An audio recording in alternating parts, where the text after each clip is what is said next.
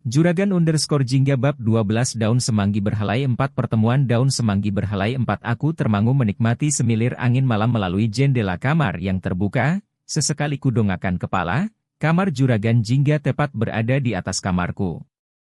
Sedang apa dia sekarang? Setelah melewati malam itu, ia jarang menemuiku lagi kecuali saat mengantar dan menjemput ke kampus. Dengan pelanku sentuh bibir ini, lukanya sudah sembuh sekarang. Mengingatnya aku jadi tersenyum sendiri, walau kecupannya terkesan dingin dan berlalu begitu saja, namun cukup membuat jantung terasa berhenti saat itu juga. Akhirnya aku memutuskan untuk menghubunginya, kuraih ponsel yang sedari tadi tergeletak di atas nakas. Seraya tak bisa menahan senyum kecil ini, kutekan gambar video di dalam sebuah aplikasi, lalu nada sambung terdengar memanjang. Ada apa? Wajah galaknya bisa kulihat dengan jelas.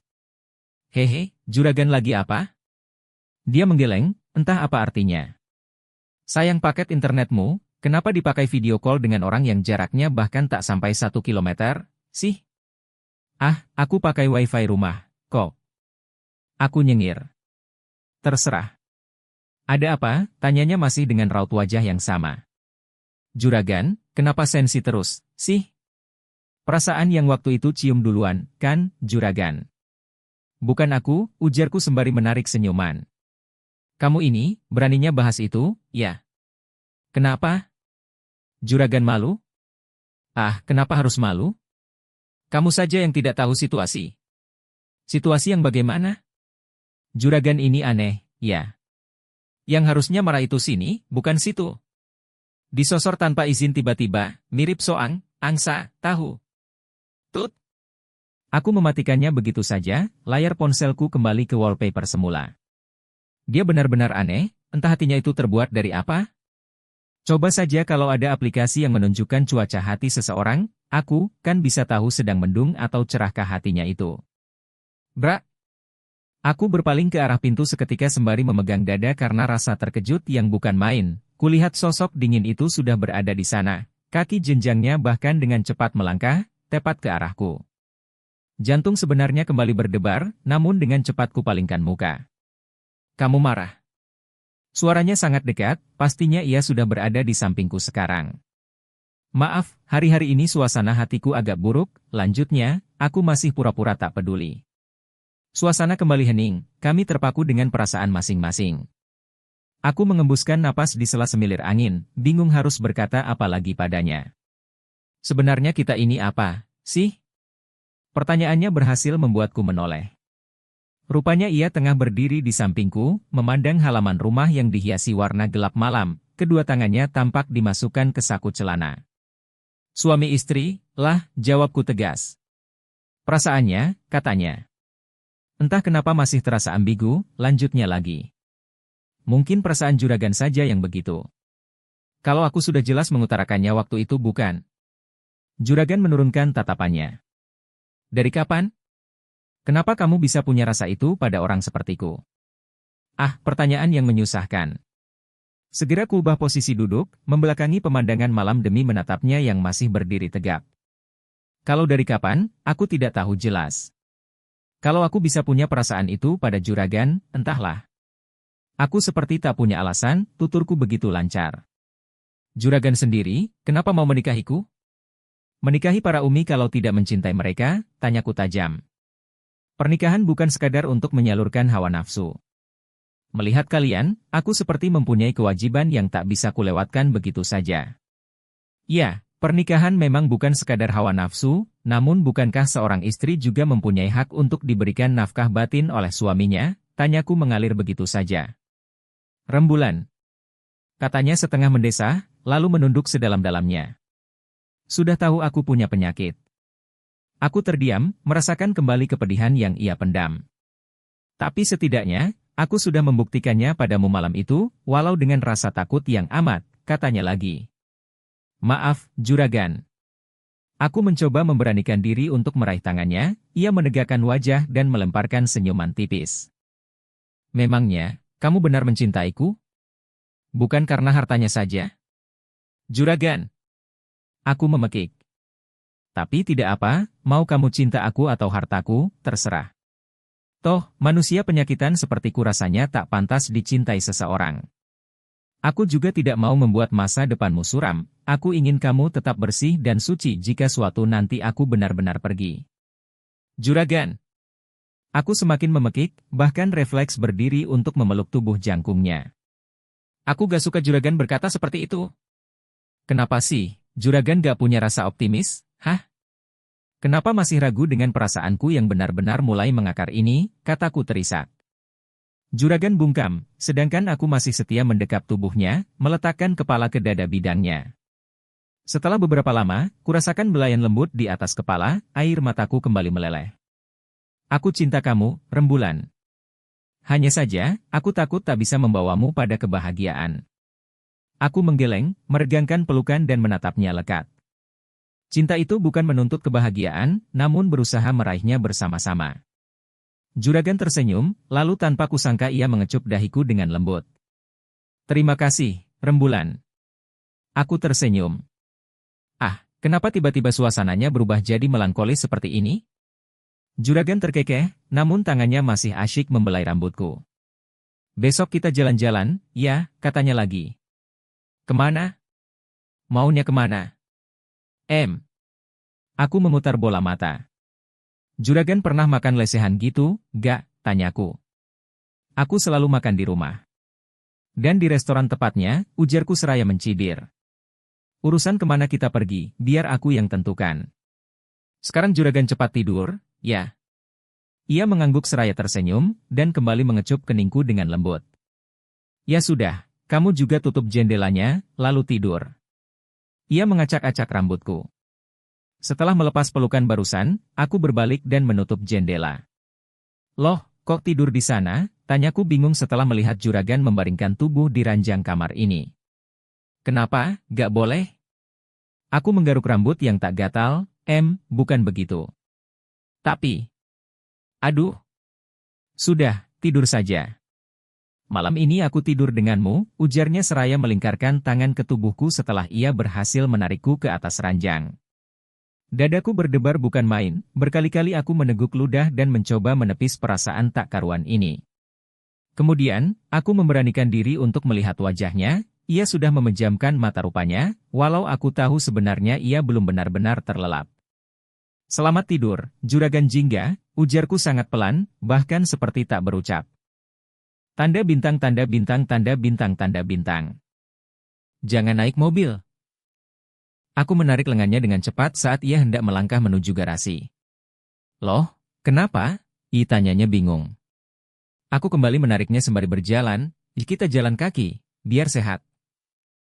Juragan tak berkomentar, nampaknya ia menurut saja dengan kehendakku kali ini. Sore, Juragan. Mau kemana? Sapa Papa Wawan. Sore, Pak. Mau jalan sebentar, mau titip makan atau jajanan, Pak? Tawar Juragan, hatiku dipenuhi rasa kagum seketika. Ah, tahu kedah repot-repot, Juragan. Kalau gitu selamat jalan-jalan. Dadah, Pak Wawan. Aku melambaikan tangan dengan semangat setelah melewati gerbang rumah. Pak Wawan membalasnya dengan semangat juga. Kalian ini, kadang kayak kucing sama tikus, kadang kayak bapak sama anak, ucap Juragan Jingga. Aku hanya terkekeh sambil terus menuruni jalanan, tentunya tangan kami pun masih berpegangan. Saat melewati gang kecil menuju rumahku dulu, tiba-tiba hatiku sesak, teringat perjuangan yang pernah kulalui, teringat kenangan bersama ayah dan ibu. Aku rindu. Kenapa berhenti? Ini gang rumahku dulu, Juragan. Ia terpaku dan menatap ke arah yang sama. Iya, aku tahu. Juragan tahu. Iya, aku sering melihatmu keluar dari sana kalau pagi-pagi, dan melihatmu masuk saat hampir petang. Aku mengernyit, sesering itukah dia melihatku? Aku jadi rindu, gumamku. Nanti, kita sengaja tengok rumahmu saja, ya? Kuncinya masih ada, kan? Benar, Juragan mau? Tapi itu bukan rumah, sih. Lebih mirip gubuk, aku malu. SSSTTT. Bersyukur. Tidak semua orang beruntung mempunyai atap untuk berteduh. Aku mendongak, lalu tersenyum. Ya udah, jalan lagi, keburu sore. Aku mengangguk, lalu kembali menuntunnya berjalan terus sampai ke pinggiran jalan raya. Aku membawanya ke pasar, tempat di mana aku menawarkan jasa semir sepatu waktu dulu. Lagi-lagi aku tak bisa berhenti bernostalgia, mengingat masa-masa yang penuh dengan perjuangan. Aku dulu sering ke pasar, cuma sekarang sudah lama gak kesini, kata juragan di sela suara riuh manusia yang menawarkan barang dagangannya. Kenapa? Tanyaku setengah berteriak. Juragan menjeda langkah, otomatis membuatku ikut berhenti. Karena yang kucari, sudah kudapat. Maksudnya? Ya, aku sering kemari karena ingin melihatmu, rembulan. Sudah lama sekali kamu menarik perhatianku. Hampir saja dadaku meledak di sini mendengar ucapannya. Aku tak percaya, kalau juragan sudah lama memperhatikanku. Bahkan mungkin sebelum ia menawarkan sebuah pernikahan. Ingat tidak, saat kamu nangis sesegukan di sini? Itu kali pertama aku menemuimu setelah beberapa lama memperhatikanmu. Ia menunjuk tempat dekat stasiun kereta api. Jelas aku ingat sekali, bahkan mungkin tak bisa melupakan kejadian tersebut. Juragan. Hanya itu yang bisa kukatakan. Oh iya, mau ngapain dulu kita?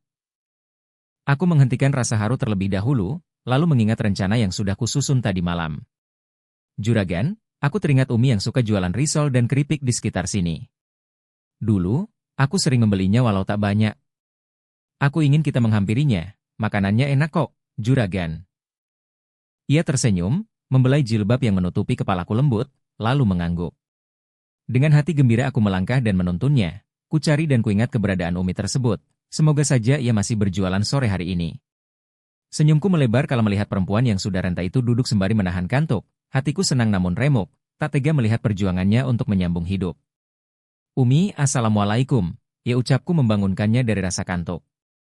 Umi, ini rembulan, tukang semir, ingat tidak? Ia mengernyitkan dahinya yang keriput. Helaian rambutnya yang sudah memutih tampak keluar dari balik hijabnya yang lusuh. Lama sekali dia menatapku, bahkan bergantian memandangi pada juragan Jingga. Ya Allah, Neng. Atau selami pisan. Sudah lama sekali, tuturnya menepuk-nepuk bahuku. Umi kumaha atuh, damang? Umi bagaimana kabarnya, sehat? Kami terus larut dalam pembicaraan, air matanya terus saja meleleh di sela perbincangan. Beberapa kali ia bilang kalau akhir-akhir ini bilang kalau jajanannya kurang laku, dan itu membuat hatiku kian sesak. Umi, saya beli semuanya, ya, kata juragan Jingga saat hendak melanjutkan jalan-jalan sore kali ini. Wajah Umi penjual risol tampak semeringah, ia berterima kasih beberapa kali. Bukan hanya itu, juragan Jingga juga memberikan beberapa lembar rupiah pada beliau, ia juga berjanji akan kembali dan mengunjungi Umi ke rumahnya. Terima kasih ya, juragan, ucapku penuh haru. Seperti biasa, ia hanya melemparkan senyumnya. Setelah itu kami membeli beberapa jajanan, ia tampak suka dan tak berhenti mencicipi satu persatu. Aku lapar, Re. Mendengarnya berkata demikian, aku lantas membawanya ke kedai bakso ternikmat di pasar ini. Pengunjung tampak ramai, bahkan kami harus menunggu terlebih dahulu untuk mendapatkan tempat duduk. Juragan boleh makan bakso, kan? Tanyaku. Iya, boleh. Juragan menjawab sembari meletakkan kantong yang berisi jajanan si Umi barusan. Bakso uratnya enak banget, juragan. Iya, aku percaya, ujarnya. Aku hanya mencibir, dia terkekeh. Setelah pesanan kami dihidangkan di atas meja, segera kurai sambal dan teman-temannya yang juga berada di atas benda yang terbuat dari kayu tersebut. Sedangkan juragan, tampak menikmati makanan itu tanpa bumbu apapun, bening. Terima kasih ya, Re. Untuk? Tanyaku setengah tak jelas karena mulut yang dipenuhi potongan bakso. Kebahagiaannya. Entah kenapa juragan jadi sedikit aneh kalau baik begini. Makan kok belepotan, ujarnya sembari membersihkan sesuatu di pinggiran bibirku, membuat diri ini kembali terpaku. Dia terkekeh lagi, lalu melanjutkan sesi makannya. Aku jadi tak bisa fokus melahap makanan yang nikmat ini, semakin hari auranya membuatku terpikat dan ingin selalu memandanginya dalam kurun waktu yang lama. Juragan penebar kebahagiaan ini, harus merasakan bahagia juga, dan aku berjanji akan meraih itu untuknya. Setelah selesai menghabiskan porsi normal tersebut, kami tak langsung beranjak untuk menetralkan rasa kenyang. Aku bayar dulu, ya. Juragan berdiri sembari menunduk, melepas dompet dari saku celananya. Jingga. Aku menelan ludah, sedangkan juragan Jingga tampak ragu-ragu mendongakkan kepalanya. Sembari menahan napas aku melihat pertemuan pertama antara ibu dan anak yang sudah beberapa lama terpisah, dadaku sesak dan penuh harap. Tangan pun ikut gemetar, takut dengan hal yang akan terjadi. Lama sekali juragan Jingga terpaku, menatap wanita di depannya dengan tak percaya, bahkan aku bisa melihat ada bulir bening yang jatuh dari matanya. Jingga! Juragan, teriak kami bersamaan saat juragan pergi dengan langkah cepat setelah meletakkan beberapa lembar uang di atas meja. Dengan segera kusambar uang di atas meja dan memberikannya begitu saja pada pemilik kedai. Lantas aku dan Bu malah berlarian menyusul juragan Jingga. Pria itu tak berlari, tapi kenapa langkahnya begitu cepat, membuat kami kewalahan dan kebingungan. Bu, maaf. Kataku penuh sesal saat berhenti mengejarnya yang entah kemana. Enggak apa-apa, Re. Mungkin Jingga belum siap. Bu malah mencoba tersenyum walau ku tahu hatinya patah. Baiknya, ibu langsung temui juragan ke rumah ya, usulku. Bu malah menarikku ke dalam pelukan, ia terisak dan tubuhnya bergetar hebat. Wanita itu tak mampu menyembunyikan kerinduan dan kepedihannya dalam waktu yang lama. Sedangkan aku, hanya bisa membalas dekapannya dengan tangis yang sama. Bersambung bunga matahari. Nantikan kelanjutan cerita-cerita dari kami berikutnya, sampai jumpa.